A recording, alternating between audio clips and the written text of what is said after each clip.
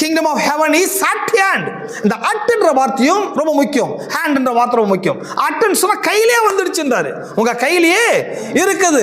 அப்படி என்றால் மனுஷன் எதை லாஸ் பண்ணல அப்படி சொன்னா, கிங்டம் ஆஃப் ஹெவனை மனுஷன் என்ன பண்ணல, அவன் லாஸ் பண்ணல, அதை இழக்கல. இவன் அதுக்காக வருந்த வேண்டிய அவசியமும் இல்லை.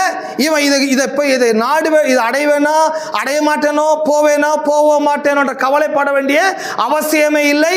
ஏனென்றால் பரலோக ராஜ்யம் உங்க கையிலே வந்திருக்குது. பரலோக ராஜ்யம் இந்த பூமியில அரைவல் ஆகிவிட்டது. ஆமென். 2 Matthew chapter 4:17, 4:17. இப்போ அந்த ராஜ்யத்தினுடைய ராஜாவை பிரீச் பண்றாரு.